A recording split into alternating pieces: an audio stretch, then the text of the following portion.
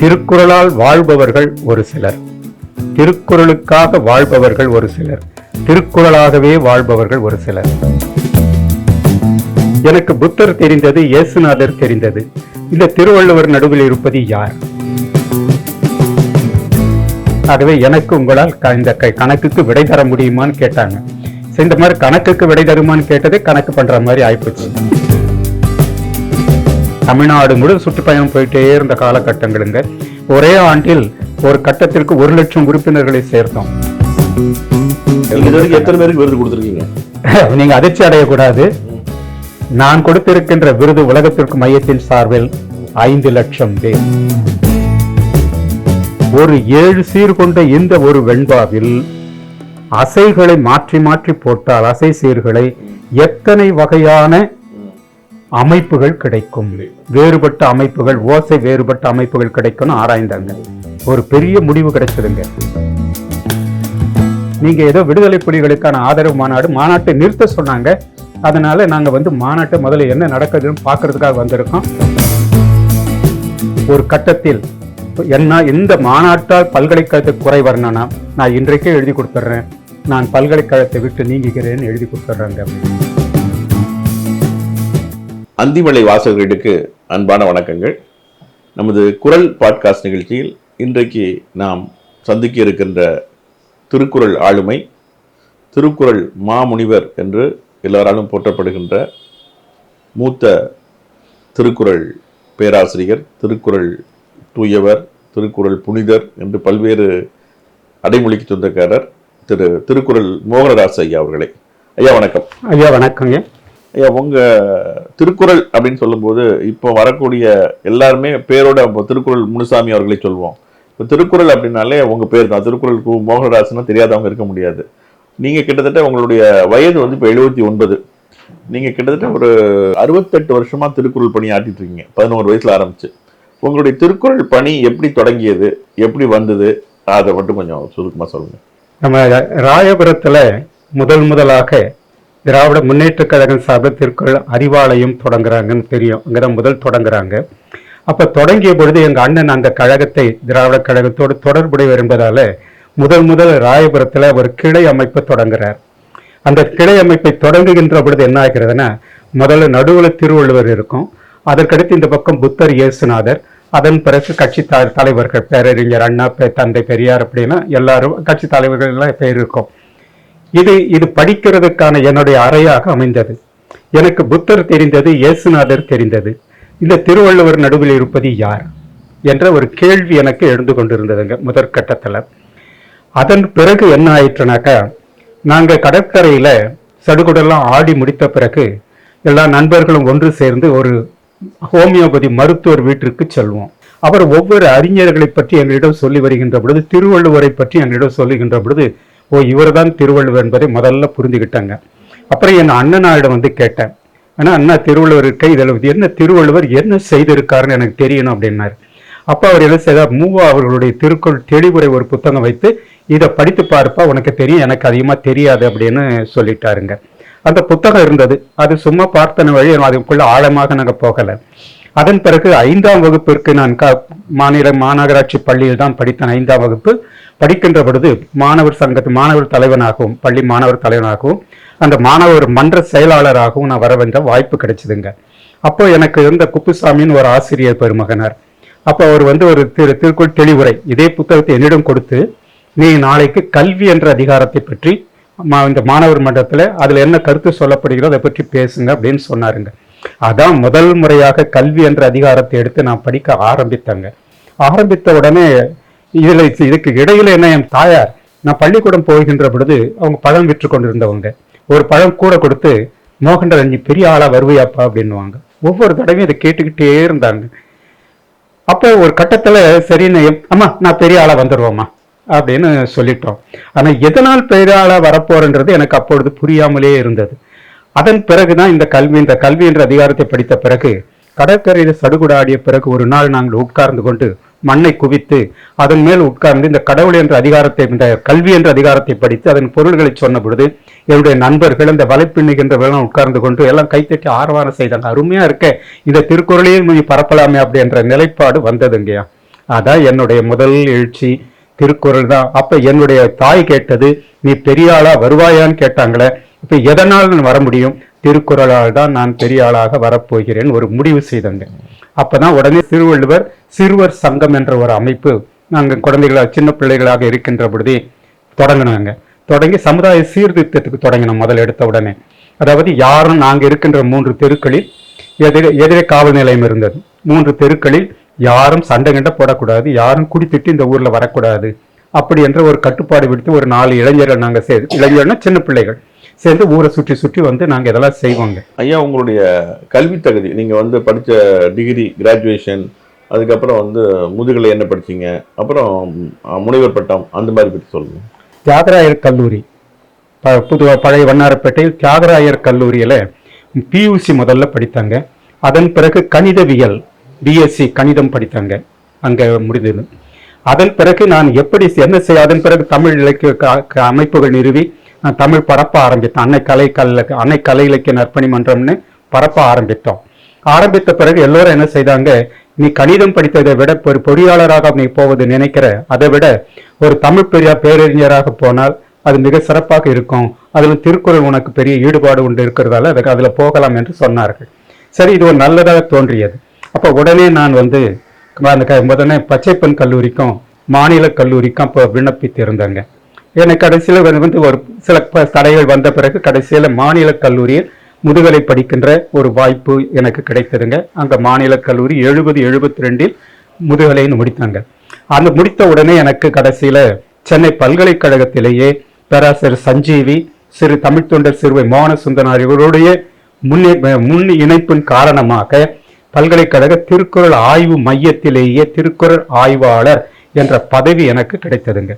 அப்ப அந்த ஆய்வுக்கு கிடைச்ச உடனே அந்த நேரத்திலே பேராசிரியர் சஞ்சீவ் அவர்கள் என்னை அழைத்து ஒரு நாள், இந்த 2 விண்ணப்பம் இருக்கையா, இதுக்கான இதெல்லாம் நான் தயார் பண்ணி வைத்துட்டேன், இல்ல கையெழுத்து மட்டும் போட்டு கொடுத்துருன்ட்டு எல்லாத்தையும் நிறைவு செய்து அந்த விண்ணப்பங்களை எல்லாம் வாங்கி அதற்குரிய தொகையெல்லாம் வாங்கி வைத்து என்னை முனைவர் பட்டத்திற்கான ஒரு விண்ணப்பம், இன்னொரு மானிடவியல் தொடர்பான டிப்ளமா பட்டயம் படிப்பதற்கான 2 விண்ணப்பங்களை அவர் ஏற்பாடு செய்துங்க.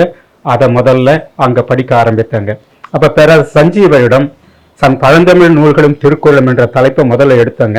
அதன் பிறகு இது பெரிய தலைப்புப்பா, அப்ப வேண்டாம் தொல்காப்பியமும் திருக்குறளும் அதில் பொருளதிகாரமும் திருக்குறளும் ஒப்பாய்வு செய்யுங்கள் என்று சொன்ன உடனே அந்த தலைப்பில் நான் ஒப்பாய்வு முனைவர் பட்டத்துக்கு எடுத்துக்கொண்டேங்க. அப்ப பேராசிரியர் சஞ்சீவ் என்ன செய்தார், நீ கணிதம் பயின்றிருக்கிறாய், அதை அப்படியே திருக்குறளுக்கு பயன்படுத்தணும், அதே போன்று மற்றவற்றையும் இங்கே படி அப்படி என்று அவர் தூண்டிவிட்டதன் காரணமாக மானிடவியல் பட்டயம், அதன் பிறகு புவியியல் பட்டயம், உயர்கல்வியல் பட்டயம், அதன் பிறகு சமஸ்கிருதம் தமிழ் சான்றிதழ், லிங்குவிஸ்டிக்ஸ் மொழியியல் சான்றிதழ், அதன் பிறகு அகராதியியல் சான்றிதழ்னு அவருடைய தூண்டுதல் வழியாகவே எல்லாத்தையும் படிக்க வைத்து இதையெல்லாம் நீ வந்து திருக்குறளுக்கு பயன்படுத்தணும், அதற்காகத்தான் இவ்வளவு படிப்புகளும் அப்படின்னு சொல்லிங்க எல்லாமே அவர் தூண்டி விட்டு தாங்க நான் வாழ்க்கையில இவ்வளவு கல்விகளையும் நான் படிக்க முடிஞ்சதுங்க. அது ஒரு கட்டமாக எனக்கு வாழ்க்கை. இப்போ நீங்க வந்து வாழ்க்கையில இப்போ கல்வியெல்லாம் முடிச்சிட்டீங்க, அப்புறம் வந்து எந்த வயசுல உங்களுடைய கல்வியெல்லாம் முடிஞ்சது?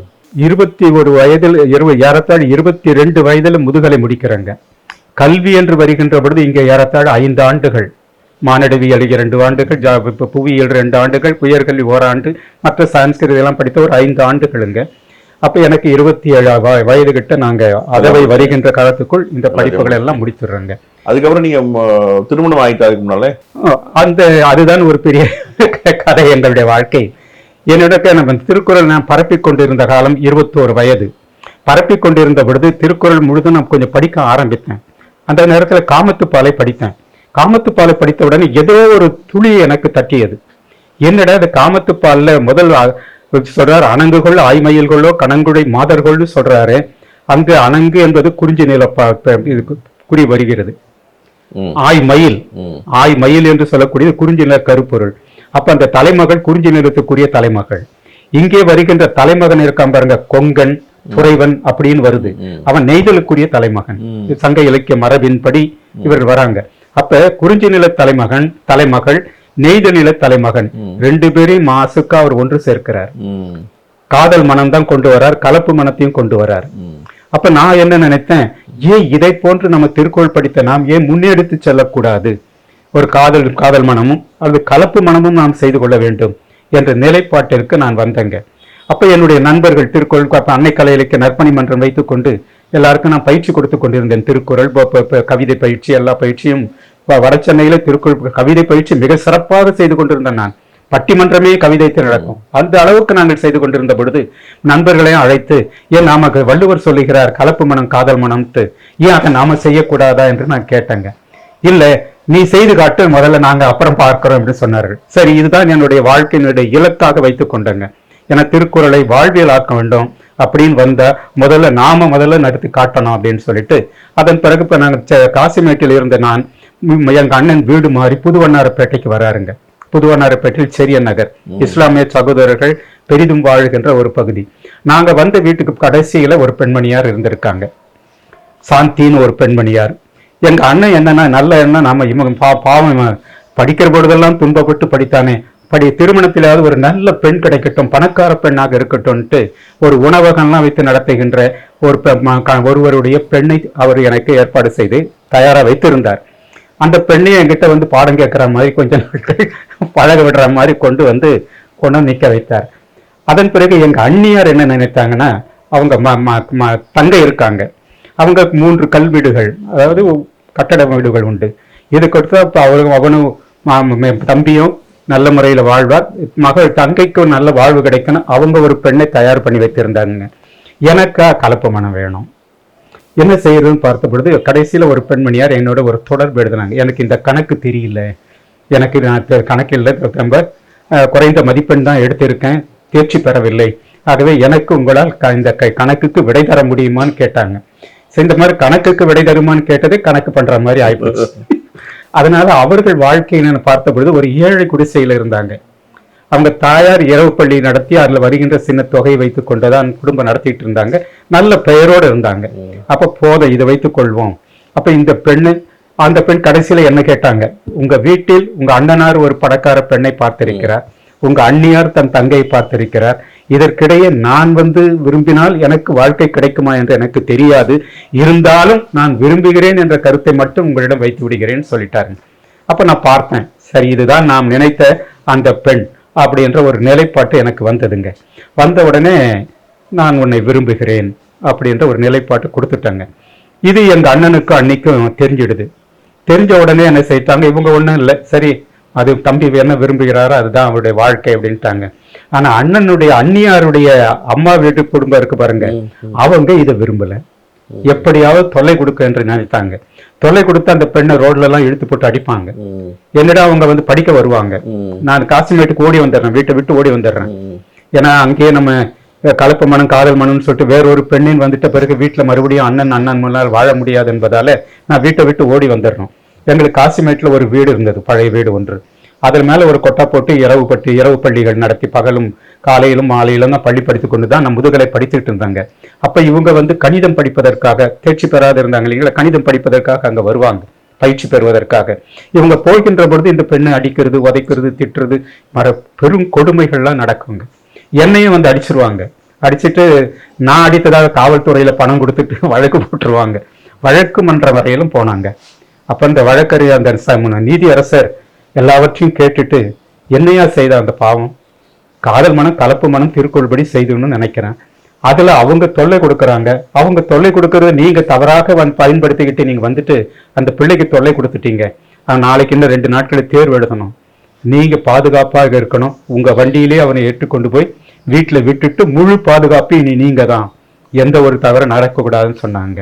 அந்த முறைப்படி தேர்வு முடிஞ்சதுங்க. அதன் பிறகு நாங்க மேற்கொண்டு போனால் சிக்கல் ஆயிடும் என்பதால முதல்ல பதிவு திருமணம் செய்து கொண்டோம். அப்ப அதுக்கு மேல அதிகமாக அவங்க வர முடியாது என்பதால பதிவு திருமணம் செய்து கொண்டு, அதன் பிறகு மீண்டும் ஒரு கட்டத்துல தமிழ் முறைப்படி திருமணம் அப்படின்னு போட்டு பெரிய பெரிய சான்றோர்களை எல்லாம் வர வைத்து, தமிழ் அவை நடராசன் போன்றவர்கள்லாம் வர வைத்துங்க அந்த தமிழ் முறைப்படி அந்த திருமணத்தை செய்து கொண்டோங்க. உங்களை மக்களும் 3 பேரும் இன்றைக்கு மருத்துவர்களா வெவ்வேறு நாடுகளில் இருக்கிறாங்க, அதுவும் மகிழ்ச்சி, வாழ்த்துக்கள். திருக்குறள் உங்களை மிக சிறப்பாக உயர்த்தி இருக்கு. இப்போ உங்களுடைய திருக்குறள் பணிக்கு வந்தோம் அப்படின்னா, திருக்குறள் சார்ந்த நிறைய புத்தகங்கள், அதாவது சுமார் 300 புத்தகங்கள் கிட்ட நீங்க எழுதியிருக்கீங்க, அல்லது உங்களை பற்றி ஆய்வுகள் பற்றி மற்றவங்க எழுதியிருக்காங்க, எல்லாம் சேர்ந்து சுமார் 300 புத்தகங்கள் வருது. அதை பற்றி கொஞ்சம் சொல்லுங்க. இந்த சாதியம் என்கின்ற எண்ணங்கள்லாம் சின்ன வயதிலிருந்து எனக்கு ஒரு பெரிய எதிர்ப்பு நிலை உருவாயிற்றுங்க. அப்ப அந்த நிலையிலே நான் என்ன செய்யறேன்னா, நிறைய நூல்கள் எழுதணும்னா உலகம் என்கின்ற உணர்வோடு நாம் படைக்க வேண்டும். அப்ப முதல் படைப்புகளே என்பதுங்க உலகம் என்ற உணர்வோடு. நான் கவிஞனாக இருந்ததால் முதல் கவிதை படைப்புகள் வருங்க. ஓருலக ஆத்திச்சூடி, ஓருலக அம்பா, ஓருலக பாப்பா, உலக பாப்பா, இப்படி என்று என்னுடைய படைப்புகள், சிறுகதைகள், நாடு எல்லாமே ஓர் உலகம் என்ற அடிப்படையிலே கொண்டு வந்தாங்க முதல்ல. அதன் பிறகு திருக்குறள் எடுத்துக்கொண்டு திருக்குறளை அந்த நிலையில் நாம் கொண்டு போக வேண்டும். சாதிகள், மதங்கள், எந்த வேறுபாடும் இல்லாத ஒரு நிலையில் நம்முடைய முன்னோர்கள் எந்த வழியில் போயிருக்காங்க, அது எது சிறந்ததோ அதை வைத்து நாம் கொண்டு போக வேண்டும் என்று நான் நினைத்துங்க. அதன் பிறகு உலக திருக்குறள் மையம் என்ற ஒரு அமைப்பை உருவாக்கி அந்த அமைப்பின் மூலம் நிறைய நூல்களை நாங்கள் கொண்டு வர ஆரம்பித்தோங்க. ஆரம்பித்த பிறகு அங்கே ஒரு இதுக்கு கலைஞர் அவர்களுக்கு நாங்கள் போகிற வேகம் மிக வேகமாக செயற்பட்டோம். தமிழ்நாடு முழு சுற்றுப்பயணம் போயிட்டே இருந்த காலகட்டங்களுங்க. ஒரே ஆண்டில் ஒரு கட்டத்திற்கு 1,00,000 உறுப்பினர்களை சேர்த்தோம் உலகத்துக்கு மையம் சார்பில். ஒரே ஆண்டில 10,000 நிகழ்ச்சிகள் நடத்தியிருக்கோம். இப்ப இதெல்லாம் கலைஞர் அவங்களை பிடிச்சவொன்னு அவருக்கு ரொம்ப பிடிப்பாயிற்று. இந்த மோகன்ராஜை நாம் ஏதாவது சாதிப்பார் அப்படி என்று அவர் கொண்டு வந்துதான் வள்ளுவர் கோட்டத்தை எங்கிட்ட ஒப்படைச்சாருங்க. அப்ப கூட அவர் சொல்லுகின்ற பொழுது, இந்த வள்ளுவர் கோட்டத்தை வள்ளுவத்தின் ஆய்வியல் கோட்டமாக்கணும், அது உன்னால் மட்டும்தான் முடியும், இந்த பொறுப்பை நான் உன்னிடம் ஒப்படைக்கிறேன் அப்படின்னு எங்கிட்ட ஒப்படைச்சாருங்க. அது வள்ளுவர் கோட்டத்தில் ஆய்வு. எவ்வளவு வருஷம் ஆச்சுங்க அப்படி ஒப்படைச்சு? 25 ஆண்டுகள். நாளையோட 25 ஆண்டுகள் முடிய போகுதுங்க. அப்ப வெள்ளி விழா கண்டிங்க. வெள்ளி விழா. இந்த 25 ஆண்டுகள்ல நீங்க சனிக்கிழமை தோறும் அங்க நடத்திட்டு இருக்கீங்க. இது வரைக்கும் எவ்வளவு ஆய்வு கட்டுரைகள் படிச்சிருப்பீங்க? ஏறத்தாழ ஒவ்வொரு சராசரியாக எடுத்துக்கொண்டால் ஏறத்தாழ ஒரு 3000 ஆய்வுரைகள் வழங்கப்பட்டிருக்குங்க. அந்த 3000 ஆய்வுரைகள் நாங்க செம்மை செய்வோம். உடனே படித்துட்டாங்கன்னா, கட்டுரை படித்துட்டாங்கன்னா அதை அப்படியே நான் ஏற்றுக்க மாட்டேன். உடனே இல்லை, இதுல நீங்க இன்னும் கொஞ்சம் இப்படி மாற்றி அமைக்கணும், இல்லை இந்த நூலை படித்து கருத்துக்களை சேருங்க அப்படின்னா ஒருவர் 16 முறை திருத்தம் செய்து என்கிட்ட ஆய்வு கட்டுரை படிச்சு இன்னைக்கு பெரிய ஆய்வாளரா இருக்காங்க, ஒரு பேராசிரியர். அப்படி எல்லாரும் திருத்தம் செய்த பிறகு நாங்க இந்த வள்ளுவர் கோட்ட ஆய்வு கட்டுரைகளை ஆய்வு கட்டம் கொண்டு வருவாங்க. அப்படி கொண்டு வருகின்ற பொழுது 60 நூல்கள் வள்ளுவர் கோட்டத்தில் மற்றவருடைய தொகுப்புகளாக வந்ததுங்க. ஒட்டு மொத்தமாக பார்த்தீங்கன்னா ஒரு 250க்கு மேல வள்ளுவர் கோட்டத்தில் படிக்கப்பட்ட ஆய்வுகள் மட்டுமே வெளிவந்தது. அது ஒரு நிலைப்பாடாக பார்க்கிறாங்க. அதன் பிறகு மாநாடுகள் நடத்துவோம். வள்ளுவர் கோட்டத்துல சனிக்கிழமை தோறும் காலை 10 to 1 மணி என்ற நிலைப்பாட்டில் இருந்து வள்ளுவர் மாநாடு வருடத்துக்கு 3 முறை நடத்துவாங்க. ஜனவரி திங்கள் திருவள்ளுவர் திருநாள் ஒன்று நடத்துவோம். ஏப்ரல் திங்கள் எங்கள் உலகத்திற்கு மையத்தினுடைய தொடக்கம் என்பதால் நடத்துவோம். நிறுவனர்களுடைய அமைப்பு என்ற முறையில ஆகஸ்ட் திங்கள்ல குறைஞ்சது 3 மாநாடுகள் நடத்துவாங்க. 3 மாநாடுகளை நிறைய நூல்கள் கொண்டு வருவோம். நிறைய நூல்கள் ஒவ்வொரு திட்ட வரைவோடு கொண்டு வருவோம். அப்ப நிறைய நூல்கள் வரும். ஒரு காலகட்டத்தில் எல்லாரும் இந்த ஆண்டு எல்லாரும் உங்களுடைய வரலாறு எழுதுங்க, நீங்க என்ன சாதித்தீங்கன்னு எழுதுங்க அப்படின்னு ஒரு பெற்றா ஒரு 40 பேர் எழுதுவாங்க. இப்ப இந்த ஆண்டு என்ன கொடுத்திருக்கிறேனாக்கா, புத்தக கண்காட்சியில போன பொழுது எல்லாமே சிறுவர் குறள்நெறி கதைகள் நிறைய இருந்தது. ஆங்கிலத்தில் தமிழ்ல நிறைய புத்தகங்கள் வாங்கினேன். 70,000 ரூபாய்க்கு நான் புத்தகம் வாங்கினேன். 180 புத்தகங்கள் வாங்கினேன். அப்ப எல்லாமே திருக்குறள் கதைகளாக இருக்க. அப்ப இந்த ஆண்டு நம்முடைய உலக நாடு முழுதும் இருக்கின்ற நம்முடைய இயக்குநர்களுக்கு ஒரு வேண்டுகோள், 50 பேர் குறைஞ்சது எல்லாரும் சிறுவர் குறள்நெறி கதைகள் எழுதுறீங்க. நமக்கு வள்ளுவர் கோட்டத்தினுடைய 25ஆம் ஆண்டு விழா இந்த தேர்தலெல்லாம் முடிந்த பிறகு மே மாதம் 3வது வாரத்தில் நடத்துவோம். அன்றைக்கு அந்த 50 நூல்கள் போடணும் அப்படி என்ற ஒரு திட்ட வரைவு கொடுத்து இந்த மாதிரி நூல்கள் நிறைய கொண்டு வருது. நானும் கொண்டு வருது உண்டுங்க. 2வது என்னுடைய வரலாறு என்பதை நான் வெளிப்படுத்தாமலே பதுங்கி வாழ்ந்தேங்க. ஏன்னா பல காரணங்கள் அதில் இருந்ததுங்க. பல காரணங்கள் என்பதற்கு சில நேரங்களில் திருக்குறள் சனாதன தர்ம நூல் என்னுவாங்க, நான் அதை எதிர்ப்பேன். வேதங்களின் சாரம் திருக்குறள் என்னுவாங்க, அதை எதிர்த்து நான் கட்டுரை படிப்பேன், பேசுவேன். பகவத்கீதையின் சாரம் தான் திருக்குறள் என்னுவாங்க, அதை எதிர்த்து நான் பேச வேண்டி வரும். பகவத்கீதை தான் இந்திய தேசிய நூல் என்னுவாங்க, நான் திருக்குறள் தான் தேசிய நூல்னு கொண்டு வர்றதுக்காக நான் அதை பற்றி பேசுறதாலங்க நான் கொஞ்சம் மறைந்து வாழ்ந்துட்டேங்க. இல்லைன்னா என்ன ஏற்படுன்றது உங்களுக்கு நன்றாக தெரியும். அப்ப இந்த மறைந்து வாழ்ந்த காலத்துல எதையும் வெளிப்படுத்தாமல் நூல்களை எழுதுவதில் பெரிய ஈடுபாடு காட்டி கொண்டு வந்தாங்க. அப்ப ஒரு பக்கம் உலக திருக்குறள் மையம், இன்னொரு பக்கம் நீங்க பார்த்தீங்கன்னா வள்ளுவர் கோட்டம், இன்னொரு பக்கம் கொரோனா காலத்திற்கு பிறகு காணொளி காட்சியில இறங்குறாங்க. காணொளி காட்சியை 2ஆ பிரிச்சாங்க. வெள்ளிக்கிழமை தோறும் அரசு சார்பில் திருக்குறளுக்கு ஒரு செம்பதிப்பு உரை காண்பது அப்படின்னு ஒரு 31 பேர் கொண்ட குழு அமைத்து உலக நாடு முழுதும் செம்பதிப்பு உரை. ஏன்னா இதுவரையிலும் எல்லா உரைகளும் இருக்கு எங்கிட்ட. நீங்க பார்த்து 1200 உரை இருக்கு எங்கிட்ட இருந்த உரைகள்ல. 1200 உரைகள் நாங்கயா உங்களுக்கு உரையாசிரியர்கள் எத்தனை பேர் இருப்பாங்க? உரையாசிரியர்கள் 720 பேர் வராங்க. 720 பேர். ஓகே. நான் அந்த பட்டியல் போட்டு சார்ட் போட்டிருக்கேன், எல்லாத்தையும் பட்டியல் போட்டு நான் எழுதியிருக்கேன். என்னிடம் கிடைக்காதது ஒரு 10 விழுக்காடு இருக்கலாம், நிச்சயமாக இருக்கும். அதெல்லாம் நான் இப்ப கணக்கில் எடுக்கிறேன். என்னிடம் பட்டியலில் இருப்பது 720 பேர், 1200 நூல்கள், உரைகள். இப்ப எனக்கு குறுக்கிட்டு மன்னிக்கணும், இது எல்லாமே உரை சார்ந்த நூல்கள். உரை மட்டும், உரை இல்லாம வேற திருக்குறள் ஆய்வு நூல்கள், வேற பல கோணங்கள்ல பிரிக்கணுங்க. திருக்குறள் ஆய்வு நூல்கள், திருக்குறள் கவிதை நூல்கள், திருக்குறள் படைப்புகள், சிறுகதை போன்ற படைப்புகள் என்று வருகின்ற படைப்புகள். திருக்குறள் சார்ந்து கதைகள் இருக்காங்க. நாவல் யாராவது எழுதிருக்காங்களா? ஒரு 2 நாவல் வந்திருக்குங்க. நாவல்லாம் எப்படி எழுதுவாங்க? திருக்குறள் வச்சு ஒரு குறள், ஒரு குறள்ல ஒவ்வொன்னு, அதாவது ஒரே நாவல் ஒரு தொடர்ச்சியாக ஒரு கதை வரும். அந்த கதையில நடுநடுல ஒரு நிகழ்ச்சிக்கு ஒரு குறள் போட்டு வருவாங்க. அப்படி எல்லாம் நாவல் எழுதியிருக்காங்க. நாடகங்கள் எழுதியிருக்காங்க. அது பக்கம் ஒரு நாடகங்கள் ஒரு பக்கம் வர்றாங்க. அதன் பிறகு ஒப்பாய்வுகள்னு இருக்குங்க. சங்க இலக்கியங்கள் முதற்கொண்டு, இந்திய இலக்கியங்கள் முதற்கொண்டு, உலக இலக்கியங்கள் முதற்கொண்டு ஒப்பாய்வு செய்திருப்பாங்க. கதா திருநாவுக்கரசு சாகித்ய அகாடமி வாங்கினார் இல்லைங்களா, திருக்குறள் நீதி இலக்கியம் அப்படி என்பதற்கு வாசிய குழந்தை திருக்குறள் உலக நூல் என்ற முறையில் அவனை கொண்டு வந்தாருங்களா.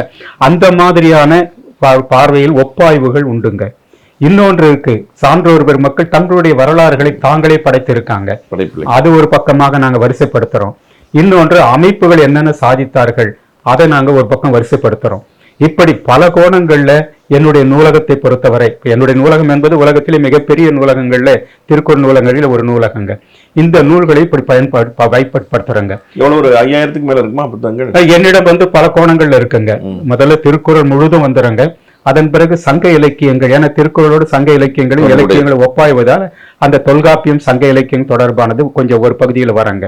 அதன் பிறகு தமிழருடைய பழமை, தமிழருடைய அகழ்வாய்வுகள், தமிழருடைய பண்டை வரலாறுகள், இதெல்லாம் ஒரு பக்கம் வரங்க. அதற்கடுத்ததாக இப்பொழுது உருவாக்கி இருக்கின்ற சனாதனம் தான் தமிழகத்தின் முதல், வேதங்கள் தான் தலைமையான நூல்கள் அப்படின்னு சொல்ற இடத்துல அதெல்லாம் உண்மைதானா என்பதை எங்களை கொண்டு ஆராய்ச்சி செய்துட்டு வராங்க. அந்த வகையில பார்த்தீங்கன்னா ரிக்வேதம் தொடர்பான நூல்கள், உலகத்தை இந்தியாவினுடைய பழங்கால நூல் வரலாறுகள், சிந்துவெளி நாகரிகம் தொடர்பான இந்த நூல்கள் தனி 2 ரேக்கு தனியா வந்துருங்க. அப்ப இதெல்லாம் ஒட்டுமொத்தம், ஏன்னா நம்முடைய ஆய்வுக்கு இப்போது என்ன, எதற்கு நாம் விடை காண போகிறோம். ஏன்னா நம்ம வாழுங்காலத்தில் பலவற்றுக்கு விடை தந்துட்டு போகணும். சிறப்புங்க ஐயா. இப்ப நீங்க உங்களுடைய நூலகங்கள் இதெல்லாம் பத்தி சொன்னீங்க. இப்ப உங்களுக்கு பிடித்த திருக்குறள் என்ன? எனக்கு பிடித்த திருக்குறளுங்க எல்லாமே பிடிக்கும். அதுல மிகச் சிறப்பாக என்ன பிடிக்கிறதுங்க, எண்ணிய எண்ணியாங்கு எய்துக எண்ணியார் திண்ணியராக பெறின். இதுதான் சின்ன வயதுல இருந்தங்க என்னுடைய உள்ளத்துல பதிந்து, நாம நினைத்ததை நினைத்தபடி அடைய வேண்டுமானால் நம் உள்ளத்தில் உறுதி வேண்டும். இந்த எண்ணத்தை வைத்துக் கொண்டுதாங்க இதுவரையில நான் வாழ்ந்து கொண்டிருக்கேன். சிறப்பா இருக்குங்க. இப்ப இன்னொரு கேள்வி, இப்ப நீங்க திருக்குறள் சார்ந்த அரும்பணிகள், தொண்டுகள் பல ஆற்றிருக்கீங்க, 100க்கும் மேற்பட்ட தொண்டுகள் ஆற்றிருக்கீங்க. இதே மாதிரி திருக்குறளுக்கு பணியாற்றிய சான்றோர்கள் பல பேர் இருக்காங்க. அவங்கள பற்றிய தொகுப்பு நூல்கள் நீங்க கொண்டு வந்துருக்கீங்க. திருக்குறளுக்கு பணியாற்றக்கூடியவர்களை நீங்க வகைப்படுத்துறீங்க உங்க அமைப்புல. திருக்குறள் சான்றோர்கள் அல்லது திருக்குறள் தொண்டர்கள், அப்புறம் திருக்குறள் தூதுவர்கள், திருக்குறள் தூயர்கள் அப்படின்ட்டு, இதை எந்த அடிப்படையில் பண்றீங்க?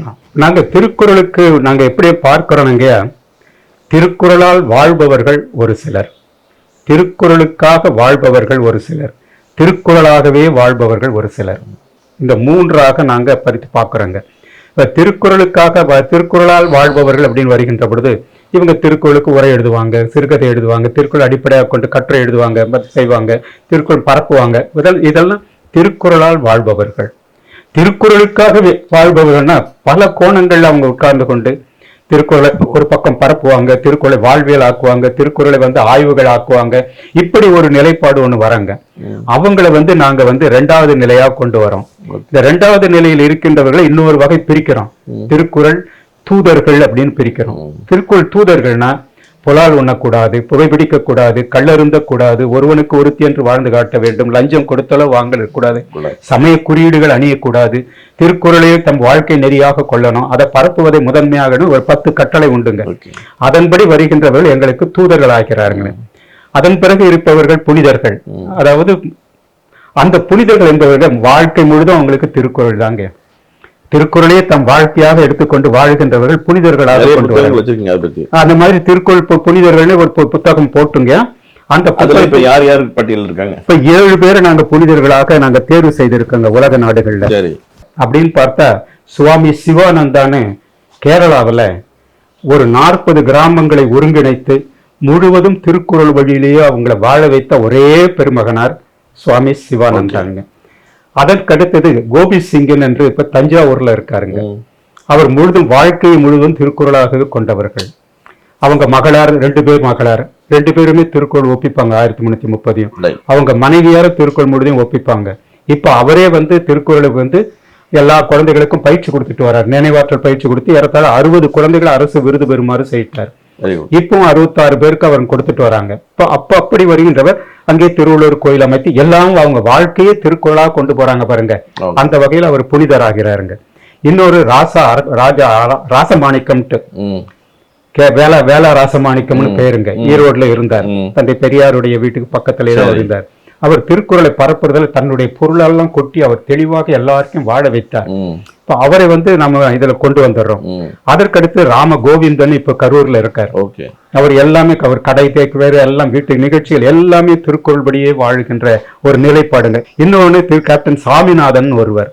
கேப்டன் சாமிநாதன் இப்ப அவங்க மகளார் தமிழரசு சாமிநாதன் கேப்டன் சாமிநாதன் இமயமலையில போய் திருக்குறள் எழுதினார். திருக்குறள் 3 மொழியில எழுதி போட்டார். மலைகள்ல இமயமலை மீது 3 மொழியில தமிழ், ஆங்கிலம், ஹிந்தி 3 மொழிகள்ல எழுதி போட்டு கொண்டு வந்து பெரிய இது சாதிச்சவருங்க.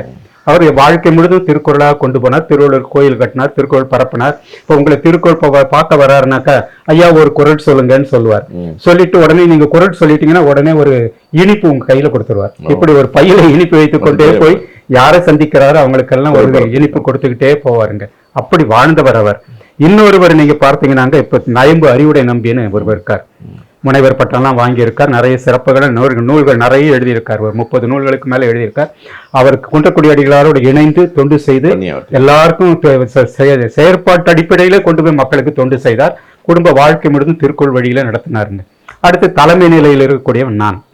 இப்ப இன்றைக்கு 7 பேர் தான் இப்பொழுது புனிதர்களாக நாங்க இதுவரை தேர்வு செய்திருக்கோங்க. இப்பொழுது ஒரு அறிவிப்பு தரப்போறோம். உலக நாடு முழுதும் இப்ப இலங்கையில ஒரு பெரிய மாநாடு நடத்த போறாங்க.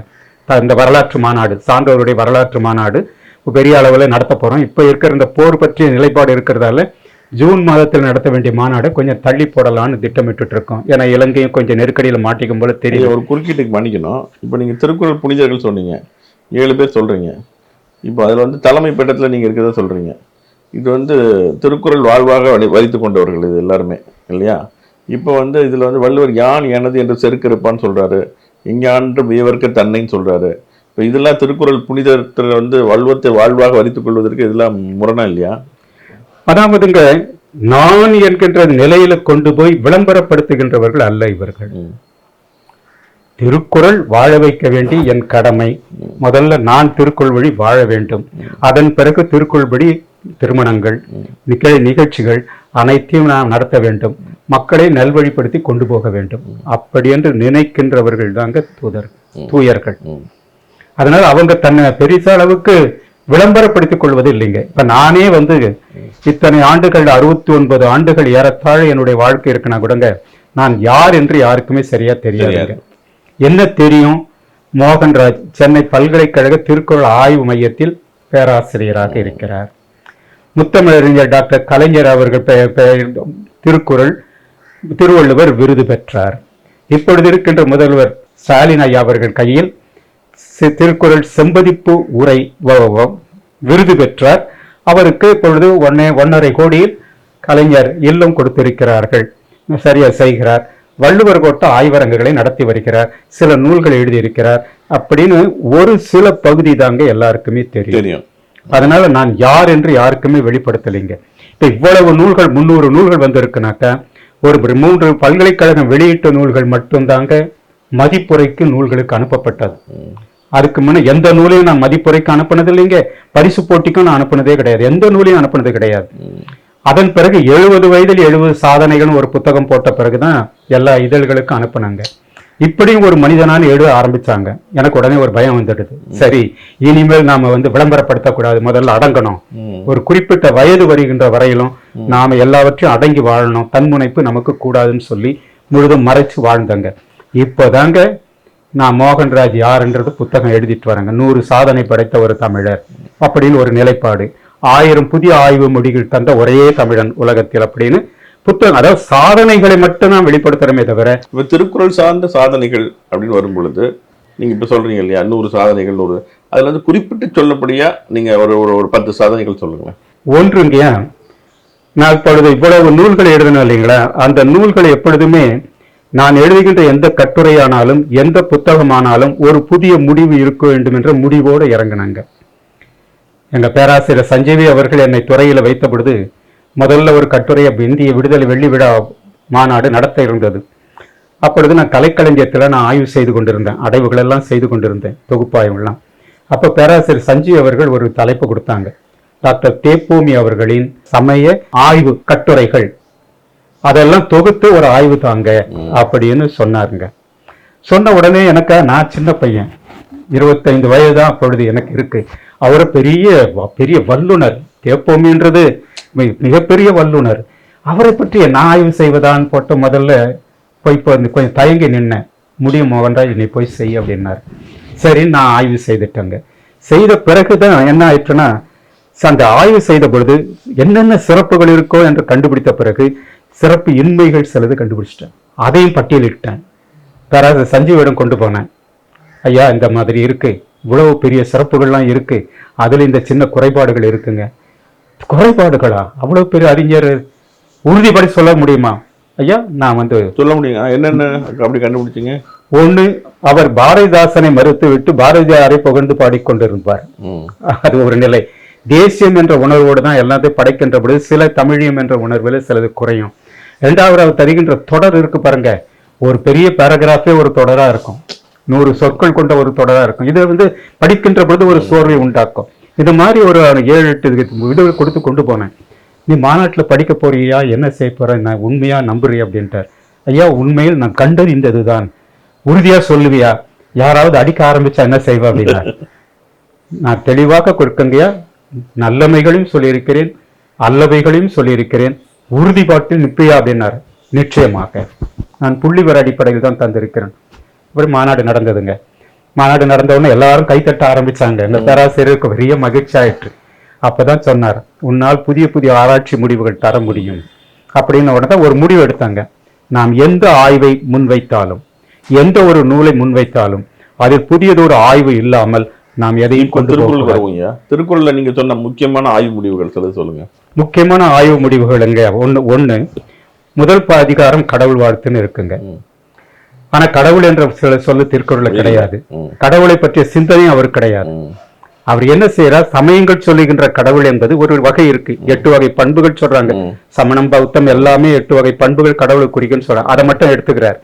எப்பவுமே பொதுமையாக இருப்பதை இவர் எடுத்துக்கொள்வது என்பது இவர் இயல்பு அப்படின்ட்டு அதை எடுத்துக்கிறார்.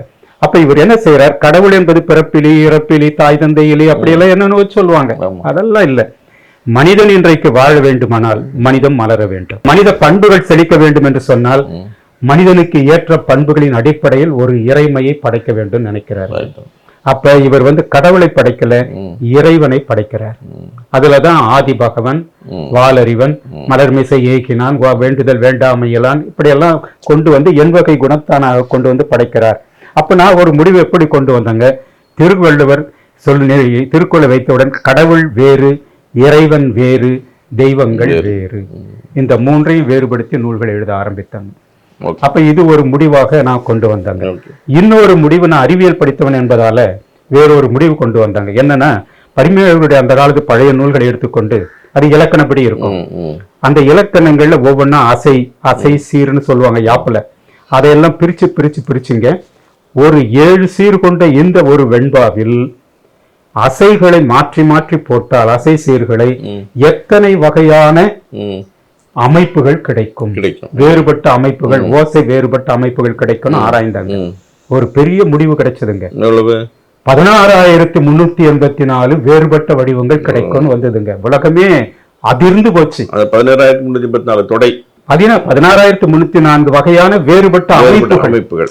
அப்ப ஒரு குறிப்பிட்ட நிலையில ஒரே அமைப்பு, ஒரே ஓசையெல்லாம் வரும். அப்ப நான் அதை எழுதின உடனே இந்த 16,384 உண்மைனா நான் 16,384 எழுதி ஆகணும் அப்படின்னு சொல்லி 16,384 அமைப்புகளை எழுதி. இல்ல 16,130 குரல் தெரியும், வேற ஒரு வடிவங்கள்ல போட்டாலும் பொருள் வரணுமா? பொருள் இல்லைங்க, இந்த அசைசி இலக்கணம் மாறுபடுது. கற்க அப்படின்னாக்கா நேர் நேர் வருது இல்லைங்களா? இப்ப இந்த இது நேர் நிறை போடலாம். இப்படி எல்லாம் மாற்றி மாற்றி போட்டால் எத்தனை வகை கிடைக்கும்? அந்த ஒரு குறள் வெண்பாவிற்குள் வருகின்ற பொழுதுதாங்க 16,384 அமைப்புகள் கிடைக்கணும். ஒரு பெரிய கண்டுபிடிப்புங்க அது. அறிவியல் கண்டுபிடிப்பு மாதிரி ஒரு கண்டுபிடிப்பு. நிறைய நீங்க குறள் இதை சார்ந்து நான் திருக்குறளை ஒப்பிட்டேன். திருக்குறளை மறுபடியும் எல்லாத்தையும் பிரிச்சு போட்டு அப்ப திருக்குறள் எத்தனை அமைப்புகள் இருக்கு அப்படின்னு வரும்பொழுது திருக்குறள் 1330 குறட்பாக்கள்ல 903 அமைப்புகள் இருக்கின்றன, வேறுபட்ட அமைப்புகள். அப்ப அந்த வேறுபட்ட அமைப்புகள் என்னென்ன அப்படின்னு எழுதுனாங்க. நாளைக்கு இசையமைக்கின்றவர்கள் என்ன செய்யலாம்னா, நான் வேறுபட்ட அமைப்புகள் தொகுத்து கொடுத்திருப்பாங்க, அப்ப ஒரே இசைக்குரிய பாட திருக்குறள்கள் இவை இவை அப்படின்னு எடுத்து அவங்க பாடுற பயன்பாட்டுக்கு அது பயன்பட்டதுங்க. ஆகவே இது ஒரு புதிய கண்டுபிடிப்பாக என்னால் இந்த உலகத்திற்கு தர முடிஞ்சதுங்க. அதே மாதிரி இல்வாழ்வான் என்பான் இயல்புடைய மூவருக்கும் நல்லாற்று நின்ற துணைன்னு இருக்குங்க. இதுல இயல்புடைய மூவர் என்பதுல என்ன என்ற கேள்வி உண்டுங்க. 100 விதமான கருத்து சொல்றாங்க. உரை வேறுபாடு 100 விதமாக வர்ணாசிரமத்தை சொல்லுவாங்க, வாழ்க்கையில் உள்ள இது ஆசிரம நிலைகளை வச்சு சொல்லுவாங்க, அரசர் மொத்தம் 103 வகை இருந்ததுங்க. எல்லாவற்றையும் தொகுத்தாங்க. யார் முதலில் சொன்னது, யார் எதை பின்பற்றுகிறார்கள், அப்ப எப்படி எல்லாம் வந்தது, உங்களுடைய கருத்துப்படி இயல்புடைய மூவர் யார், அதான் சொல்றேங்க. அப்புறம் தான் என்ன தெரியுதுங்க, அப்புறம் இப்ப பாண்டிச்சேரியில ஒரு புலவர் பெருமகனார் சண்முகம் சுந்தரனார் ஒருவர் பெரியவர். அவர் ஒரு விடை கொடுத்திருந்தார். இது பெற்றோர் மனைவி மக்கள் அதைத்தான் சுட்டுகிறதுன்னு ஒரு விடை கொடுத்திருந்தார். அப்ப என்ன இவர் சொல்றாரு, சரி இது சரிதானா அப்படின்னு பாக்கணும்னு நான் தொல்காப்பியம் திருக்குறள் ஒப்பாய்வு செய்துட்டு இருந்தேன் இல்ல, முனைவர் பட்டாய்வு. அதுல புரட்டி போட்டு பார்த்தேன், சரியா வந்தது. தொல்காப்பியம் சங்க இலக்கியத்தோட தொடர்புபடுத்தி வருகின்ற பொழுது பெற்றோர் மனைவி மக்கள் என்பது சரியாக வந்தது. அதை எடுத்துக்கொண்டங்க. இப்ப 103 பேருக்கு அதுக்கு 103 விதமான வேறுபாடு இருக்கு. அந்த இயல்புடைய மூவர் யாருங்க, இயல்புடைய மூவர் யார் என்பதற்கு 103 பேர் 3 வகையான கருத்து இருக்கு. அதுல கடைசியில நான் நிலைநிறுத்தியதுங்க பெற்றோர் மனைவி மக்கள். அப்ப முதல்ல பெரும்பாலும் எல்லாரும் பரிமேலகர் அடிப்படையாக கொண்டு வானப்பிரசம் சன்னியாசம் இந்த மாதிரி வைத்துக் கொண்டுதான் அவங்க போனாங்க. அது பெரிய வளர்ச்சி, அதான் பெரிய வளர்ச்சியில வந்துகிட்டு இருந்தேன். அட்டவணை படம் போட்டே பார்த்தேன். அதன் பிறகு சுந்தர் சண்முகனார் சொன்ன பிறகு பெற்றோர் மனைவி மக்கள் என்பதை தொடங்கி நான் அதை வளர்ச்சி கொண்டு வந்தங்க. அதன் பிறகு இப்பொழுது நீங்க பார்த்தீங்கன்னா 180 பேர் பெற்றோர் மனைவி மக்கள் தான் ஒரே எழுதுறாங்க. அப்ப நான் தந்த அந்த விடை அந்த முடிவு இன்றைக்கு எல்லாரும் பின்பற்றுகிற நிலைப்பாட்டிற்கு வருதுங்க. இப்போ நம்ம ஆசிரியர்களுக்காக இன்னொரு முக்கியமான கேள்வி, அவங்களுக்கு சுவாரஸ்யமா இருக்குங்க கேட்கிறேன். உங்களுக்கு திருக்குறள்ல பிடித்த மாதிரி உங்களுக்கு பிடித்த திருக்குறள் சான்றோர்கள் நிறைய பேர் இருக்காங்க. இப்போ அதில் வாழ்ந்து மறைந்த சான்றோர்கள் இருக்காங்க, இப்போ வாழக்கூடிய சான்றோர்கள் இருக்காங்க. இப்போ நாங்கள் அந்திமலைக்காக தொடர்ந்து நிறைய பேர் நேர்காணல் செஞ்சுட்டு இருக்கோம். இப்போ உள்ள மனிதர்களில் வாழும் மனிதர்களில் நீங்கள் போற்றக்கூடிய திருக்குறள் சான்றோர்கள் யார்? திருக்குறள் சான்றோர்கள் என்ற நிலை இலங்கையா நமக்கு தெரிந்து நிறைய பேர் இருக்காங்க. ஒவ்வொரு பகுதியிலும் நிறைய பேர். ஒரு 4 நாடுகள் மூத்தவர்களா சொல்லுங்களேன். இப்ப இங்கே பெருங்களத்தூர்ல பழனி என்று ஒருவர் இருக்காருங்க, பழனி என்று. அவர் திருக்குறள் எல்லாருக்கும் பயிற்சி கொடுத்துக்கிட்டே இருக்காரு. இப்ப 80 பேருக்கு மேல ஒரே நேரத்துல அவருடைய வாழ்க்கையே பயிற்சி கொடுப்பதுதான். எல்லாருக்கும் பயிற்சி கொடுக்கிறார். அவர் என்ன பணி பயிற்சி செய்யறாரு? இப்பொழுது அவர் ஓய்வு பெற்றிருக்காரு. அரசு ஊழியராக இருந்து ஓய்வு பெற்ற பிறகு முழுவதும் பணிப்பழிவு கொடுத்துட்டு வராருங்க. குளத்தூர் பழனி என்கின்ற ஒருவர். அவர் எங்களுடைய இயக்குனராக இருக்கார். அவர் தூதராகவும் நாம் நியமித்திருக்கேன். 2வது தஞ்சாவூர்ல கோபி சிங் என்ற ஒருவர். அவர் குடும்பமே திருக்குறள்படிதான். இப்ப கோபி சிங் உங்களுக்கு காட்டின புனிதர். அவர் இன்றைக்கும் திருக்குறள் பயிற்சி கொடுத்து கொண்டிருக்கிறார். அந்த வகையில இன்றைக்கு 66 பேருக்கு பயிற்சி கொடுக்கிறாருங்க. 60 பேருக்கு மேல அவரால் திருக்குறள் பயிற்சி பெற்று விருது பெற்றவர்களாகவும் இன்றைக்கு இருந்துட்டு இருக்காங்க. அவங்க குழந்தைகள் 1330 தெரியும். 2 குழந்தைகளுக்கு நாங்க தான் திருமணம், இளங்குமரனார் அவர்களும் நானும் தான் திருமணங்களை செய்து வைத்தோம். அவர் திருவள்ளூர் கோயில் வைத்து ஆண்டுதோறும் விழா எடுப்பார். அப்படி எல்லாமே வாழ்க்கையை திருக்குறளாக கொண்டு போறவர் இன்னும் வாழ்ந்து கொண்டிருக்காருங்க. அதே மாதிரி கனடாவில் நீங்க பார்த்தீங்கன்னா அங்கே சில பேர் இருக்காங்க.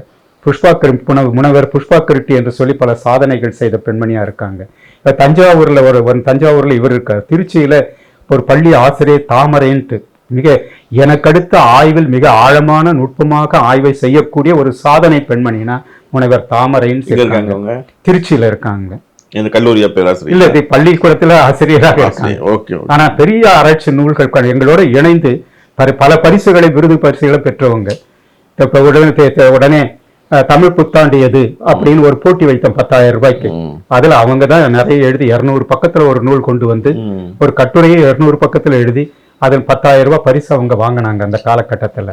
இன்னைக்கு நாங்க ரிக்வேதம் ஆராய்ச்சி செய்கின்ற பொழுது அதுல முழு ஆழமாக செய்யக்கூடியவர்கள். அவங்களே பல நூல்கள் மாநாடுகள் நடத்துவாங்க. நடத்தி பல சாதனைகள் செய்த பெண்மணியாக இன்றைக்கு அவங்க வாழ்ந்துகிட்டு இருக்காங்க. இது போல திருக்குறளுக்காக பணியாற்றக்கூடியவர்கள் இப்போ உரையாசிரியர்கள் சொல்றோம், 700 பேர் சொல்றோம். இதுல வந்து பெண்கள் அப்படிங்கிற ஒரு 10 விழுக்காடாவது இருப்பாங்களா? இல்ல, பெண்கள் இப்ப உரை எழுதியவர்கள் மொத்தம் 20 பேர் அப்படின்னு சொல்லுகின்ற பொழுது பெண்களில் உரை எழுதியவர்கள் அப்ப உரை மட்டும்தான். ஆய்வு என்பது தனி. உரை எழுதியவர்கள் வருகின்ற போது நான் இப்பொழுது எடுத்த கணக்கு, இப்ப அந்த உரையாசிரியர்கள் வரலாறு எழுதிட்டு இருக்க காலந்தோறும் உரைகள்ட்டு அதுல 54 பெண்கள் உரை எழுதியிருக்காங்க. உரை எழுதுனதுல ஒவ்வொருத்தருக்கும் ஒவ்வொரு சிறப்பு உண்டு. ஒரு பெண்மணியார் ஒரு குழந்தை 7ஆம் வகுப்பு படிக்கின்ற பொழுதே உரை எழுதியிருக்கு. திருவள்ளூர் மாவட்டத்தில் ஒரு பள்ளியில் அது படித்துக் கொண்டிருந்த காலம், நான் சொல்றது 10 ஆண்டுகளுக்கு முன்ன. அந்த குழந்தை 7ஆம் வகுப்பு படிக்கின்ற பொழுது திருக்குறளுக்கு உரையது. அப்ப ரொம்ப இளம் பருவத்தில் திருக்குறளுக்கு உரை எழுதிய ஒரு குழந்தை அப்படின்னு வருதுங்க. இன்னொன்று நம்ம பார்க்கின்ற பொழுது ஒரு பெண்மணியா இருக்காங்க, கடைசியில வாழ்க்கையில படுக்கையில படுத்துக்கிட்டு போராடிட்டு இருக்காங்க, செல்லம்மாள் அப்படின்னு ஒருவர். அவங்க உரை எழுதுகின்ற பொழுது என்ன செய்யறாங்க, ரொம்ப 7 சொற்களில் உரைன்னு முதல்ல எழுதுனாங்க. அப்புறம் 3 சொற்களில் உரை. 3 சொற்கள்னாக்க அவன் வாழ்ந்தான் அப்படின்னு முடிஞ்சு போச்சு. அதுலயே உரை எழுத முடியும்னாக்கா நீங்க நினைச்சு பாருங்க. 3 சொற்களில் ஒரு உரைன்னு 1330க்கும் போட்டிருக்காங்க. 2 சொற்களில் ஒரு உரைன்னு 1330 போட்டிருக்காங்க. அவங்க ஒரு பெரும் சாதனையாளராக வராங்க. திருக்குறளுக்கு ஒரு வரி உரை எழுதுறதுன்னு ஒரு பயிற்சி கொடுத்தேன் நான் வள்ளுவர் கோட்ட ஆய்வரங்களை. அதுல பெண்மணிகள்ல வருகின்றவர்கள் இப்ப தஞ்சை இங்க மயிலாப்பூரில் இருக்கின்றார்கள், விஜயலட்சுமி. அவங்க அந்த மாதிரி ஒரு பெண்மணி வராங்க. இன்னொரு பெண்மணி இருக்காங்க, அவங்க சிகாகோல இருக்காங்க, தமிழ்காரி. புத்தகம் போட்டிருப்பாங்க, வண்ண வனமாக புத்தகம், விலை 3000 ரூபாய். அந்த வண்ண புத்தகம் போட்டு அறத்துப்பாலிலும் பொருட்பாலிலும் ஒரு அதிகாரத்திற்கு 2 படம், 2 படமும் அப்படி போட்டோ மாதிரி அழகா கிடக்கும். இவர் நம்ம முனைவர், இவர் கண் மருத்துவர் ரமேஷ் அடுத்த கட்டம், அது ஆண்கள்ல வருகின்ற பொழுது அந்த அம்மா செய்து அறத்துப்பாலுக்கு ஒரு அதிகாரத்துக்கு 3 படம், பொருட்பாலுக்கு 3 படம், காமத்துப்பாலுக்கு 6 படம் போட்டுங்க. அந்த புத்தகத்தை இன்னைக்கும் நான் பார்த்தாலும் அப்படியே ஒரு மறந்து போயிருப்பேன். அந்த அம்மா உடனே அழைச்சு நான் விருது கொடுக்கணும்னு இப்ப காத்துக்கிட்டு இருக்காங்க. நான் கனடாவுக்கு போகிறதா நினைச்சிருந்தேன். கனடாவுக்கு போகிறதுல கொஞ்சம் தடை ஏற்பட்டதால, இல்லைன்னா கனடாக்குன்னா சிக்காகோல இருந்து அந்த அம்மா வர வைத்துட்டு இருப்பேன், விருது கொடுத்திருப்பேன். புஷ்பா திருட்டி அம்மான்றவங்க பெரிய உலக சாதனை செய்துட்டு இருக்கோம் கனடாவில் இருந்து. எத்தனை பேருக்கு விருது கொடுத்திருக்கீங்க? நீங்க அதிர்ச்சி அடையக்கூடாது. நான் கொடுத்திருக்கின்ற விருது உலகத்திற்கு மையத்தின் சார்பில் 5 லட்சம் பேர். 5 லட்சம் பேருக்கு விருதா? விருது. என்ன விருது? என்ன சான்றிதழ் கொடுப்பீங்களா? சான்றிதழ் சில பேர் கட்டம் போட்டு பட்டம் இதெல்லாம் போட்டே கொடுப்போம். 60 வருஷத்துல? 60 வருடம் அல்ல, நான் எப்படி உலகத்திற்கு மையம் தொடங்கினேனோ 90ல தொடங்குறேன். 90ல 36 வருடங்கள். இப்ப 36ஆம் ஆண்டு நிறைவு விழா அனுப்புவீங்களா? இல்ல, எல்லாருமே விழாவுக்கு வந்துருவாங்க. அங்க யார் யார் நாங்க விருது கொடுக்கிறோம் அழைக்கிறோமோ, இந்த விருது உங்களுக்கு இன்ன காரணத்திற்காக, அதாவது எங்களுடைய விருதுகள் என்பதுங்க ஒவ்வொன்றுக்கும் ஒவ்வொரு காரணமாக இருக்கும்.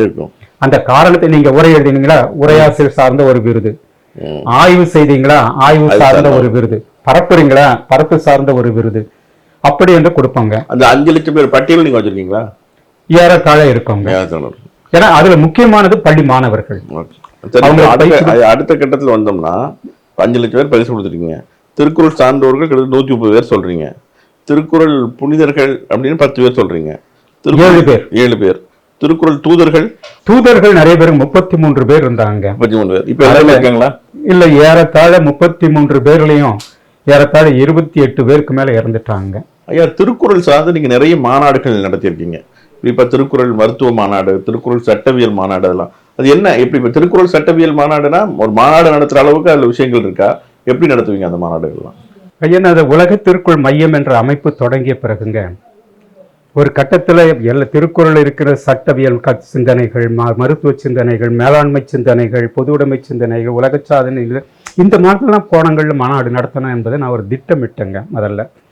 அப்படி திட்டமிட்ட பொழுது ஏன் முதல்ல மருத்துவ மாநாடு தொடங்கக்கூடாது அப்படின்னு ஒரு திட்டம் போட்டு டாக்டர் ஜேஜி கண்ணப்பர்னு பல் மருத்துவர் இருந்தாங்க. பல் மருத்துவ துணைவேந்தராக அவர் இருந்தவர், டீனாக இருந்தவர். அவரே எங்களுடைய உறுப்பினராக இருந்தார். அவரிடம் அணுகினேன், ஐயா இப்படி மருத்துவ மாநாடு நடத்த விரும்புகிறோம், நல்லா இருக்க நாம நடத்தலாம் அப்படின்ட்டாங்க. நடத்தலாம்னு சொன்ன உடனே எனக்கு என்ன அடுத்த கட்டங்கள் என்ன வந்ததுன்னா, 10 மருந்துன்ற ஒரு அதிகாரம் தானே இருக்கு, இதுவரையிலும் அதான மருத்துவ கருத்துன்னு சொல்லிட்டு இருக்காங்க. நான் சில கருத்துக்களை படித்த பொழுதுங்க சில கருத்துக்கள் புதிதாக எனக்கு தோன்றியது. அப்ப நம்ம உட்லண்ட்ஸ் உணவகத்துல என்ன செய்தேன், எல்லா மருத்துவர்களையும் வர வைத்து, ஐயா இப்படி மருத்துவ கருத்துக்கள் திருக்குறள் இருக்கு, சிறந்த கருத்துக்கள், மருந்து என்ற அதிகாரத்தை தவிர்த்து மற்ற இடங்கள்லாம் இருக்கு, அந்த கருத்துக்கள்லாம் வைத்து நாம் ஏன் ஒரு மாநாடு நடத்தக்கூடாது அப்படின்னு கேட்டேன். அப்போ அவங்க என்ன சொன்னாங்க, நடத்தலாம், ஆனா நாங்க மருத்துவம் தெரியும், எங்களுக்கு திருக்குறளில் இந்த நுட்பங்கள் தெரியாது, நீங்க ஒரு குறிப்பு மாதிரி இன்னென்ன குறள்ல என்னென்ன மருத்துவ சிந்தனை இருக்குன்னு ஒரு குறிப்பு மாதிரி ஒரு குறிப்பேடு கொடுங்க அப்படி என்று இது எல்லாமே எடுத்துக்கொண்டு நாங்க பார்த்தோங்க. பார்த்த பொழுது அவங்க ஒரு குறிப்பேடு மாதிரி கொடுக்க சொன்னாங்க. குறிப்பேடு மாதிரி கொடுக்க சொல்றாங்கன்னா அப்ப நம்ம என்ன செய்யறதுன்னு பார்த்தேன். எனக்கும் சில குறிப்புகள் அதுல தெரியும், மருத்துவர்கள் தொடர்பான கருத்துக்கள்லாம் தெரியும். அதை வைத்துக்கொண்டு என் பிள்ளைகள் 3 பேர் படிச்சுட்டு இருந்தாங்க. கடைசியில் ஒரு ஆண்டு ஒரு மாணவர் பாவேந்தன், அவர் 5ஆம் ஆண்டு இறுதி ஆண்டு படிச்சுட்டு இருந்தார். இன்னொருவர் இளங்கோ, அவர் 3ஆம் ஆண்டுல படிச்சுட்டு இருந்தார். இன்னொரு அருட்செல்வன், அவனுக்கு அருண் பெயர் வைத்திருந்தோம், அவர் முதல் ஆண்டுல படிச்சிருந்தார். இந்த பிள்ளைகளை எல்லாம் உட்கார வைத்து, அப்பா உங்களதுல அந்த இதுல இருக்கிறதுல அனாட்டமின்னா என்ன, இதெல்லாம் என்ன, ஒவ்வொன்றா கொஞ்சம் விளக்கி எனக்கு சொல்லுங்க, நான் குறிப்புகளை எடுத்துக்கொள்கிறேன்னு சொல்லி ஒவ்வொன்றா அவங்க விளக்கி சொல்லுகின்ற பொழுது நான் ஒரு 1.5 வாரம் உட்கார்ந்து குறிப்பு எடுத்துக்கிட்டேங்க. எல்லாவற்றையும் இரவு முழுதும் அவங்க பகலும் அவங்களிடம் பாடம் கேட்டு எடுத்துக்கிட்டேன். அந்த கருத்துக்களை வைத்துக் கொண்டுங்க 400 குறட்பாக்களை தேர்ந்தெடுத்தேன். 400 குறட்பாக்களை தேர்ந்தெடுத்தேன், மருத்துவ கருத்து இருப்பது. அந்த குறட்பாக்களை வைத்துக்கொண்டு ஒரு புத்தகம் எழுதினாங்க. புத்தகம் எழுதி திருவள்ளுவர் ஒரு மருத்துவர் அப்படின்னு ஒரு புத்தகம் ஒன்று தயார் பண்ணி நான் கொண்டு வந்தேங்க. அந்த மருத்துவம்ன்றத கண்டு உடனே அந்த நூல் கொண்டு வந்த உடனே எல்லா மருத்துவர்களுக்கும் ஆச்சரியமாயிற்று. இதில் 400 குறட்பாக்களுக்கு இருக்குங்க. இது உடற்கூற்றியல், வேதியியல், எல்லா நிலையும், நோய் தீர்க்கும் முறைமைகள், நோய்க்கான காரணங்கள், இப்படி எல்லா நிலைகளிலும் இதில் அந்த இன்றைய மருத்துவ முறைப்படி தலைப்புகளை பிரிச்சிருப்பாங்க. கோவனா நீங்க பார்த்தீங்கன்னா புண்கள் அப்படின்னு சொல்லி புண்கள் எதனால் உண்டாகிறது, புண் தீர்க்கும் முறை, செவிப்புண், செவி கைப்பற்றப்போ இருக்கும்ல செவிப்புண் சொல்றீங்க, விழுப்புண் சொல்றீங்க, ஊமைக்காய் தீயினால் விழுப்புண் படாத நாளெல்லாம் சுட்ட புண் சொல்றீங்க, சீல் பிடித்தல் சொல்றீங்க, எளிதாக முள்வரும் கொள்கை, கலைஞர் கை கொள்ளும் கால்த்த விடத்து, இப்படி எல்லாம் நான் தேர்ந்தெடுத்துங்க. 400 குறட்பாக்களை தேர்ந்தெடுத்தவங்க. தேர்ந்தெடுத்து ஒரு கொண்டு வந்தாங்க. அப்ப மருத்துவத்துறையில நாராயணசாமின்னு ஒரு மருத்துவர் இருந்தார். அவர் அவர் துறை ஸ்டான்லி மருத்துவமனையில இருந்தார். அவர் ஸ்டான்லி மருத்துவமனை திருவள்ளுவர் மீது பற்றுடையவர். அவங்க ஒவ்வொரு துறையிலும் திருக்குறள் தொடர்பான ஒரு குறளை வச்சு அங்க போட்டுல வச்சிருப்பார். திருவள்ளுவருக்கு சிலை வைத்தார். அவர் திருக்குறள்னு திருவள்ளுவர் ஒரு மருத்துவர்னு சொல்லி பார்த்தா பைத்தியக்காரன் எல்லாரும் போய் வாச்சாங்க. இந்த நூலை பிடிச்சு நான் கொண்டு போய் கொடுத்த உடனேங்க அப்படியே தூக்கி கட்டி அணைச்சுக்கிட்டேன். மோகன்ராஜ், நான் திருவள்ளுவர் மருத்துவர்னு சொன்ன போது எல்லாரும் என்ன பைத்தியக்காரன் திட்டினா, இன்னைக்கு நீ நிறுவிட்ட, இனி அவ்வளவுதான் முடிஞ்சு போச்சு, நீ திருவள்ளுவர் மருத்துவர் அப்படின்னாரு. சரிங்க, நான் மருத்துவ மாநாடு தொடங்க ஆரம்பிச்சிட்டோங்க. மருத்துவ மாநாடு எப்படி நடத்தணும்னாங்க, ஏவிஎம் ராஜேஸ்வரி திருமண மண்டபத்துலங்க 2 நாள் மாநாடு. ஆங்கில மருத்துவம், இந்திய மருத்துவம், உளவியல் மருத்துவம் அப்படின்னு எல்லாமே 20 ஆண்டுகளுக்கு மேற்பட்ட அனுபவம் உடையவர்கள் மட்டும் அழைச்சோம். அது ஒரு 10 விழுக்காடு மட்டும் நாங்க புதியவர்களுக்கு நாங்க இடம் கொடுப்போங்க. எப்பவுமே அப்படிதான் செய்வோம். எவ்வளவு மருத்துவர்கள் கலந்துக்கிட்டாங்க? ஏறத்தாழ 33 மருத்துவர்கள் கலந்துக்கிட்டாங்க. அதுல எல்லாம் கலந்துக்கிட்டாங்க. எல்லாரும் ஒவ்வொரு தலைப்புல படிச்சாங்க. மனநல மருத்துவம் அதெல்லாம் கூட செய்யப்பட்டாங்க. இதுல ஜே கண்ணப்பர் அவர்களிடம் இருந்த காரணத்தாலே எங்களுக்கு ஏவிஎம் ராஜேஸ்வரி திருமண மண்டபம் இலவசமா கிடைச்சது. டாக்டர் ஜேபிஆர்னு ஒருத்தர் இருந்தார் இல்லைங்களா, அந்த காலத்துல அதிமுகவில் கூட இருந்தார். அவர் என்ன செய்தார், நாங்க 2 நாள் நாங்க சாப்பாடு போடுறோம் அப்படின்னு முழுதும் மொத்தம் 1500 பேருங்க. 1500 எப்படி வர வைத்தோன்னா, எல்லாருமே உள்ள நுழைவு கட்டணம் உண்டு.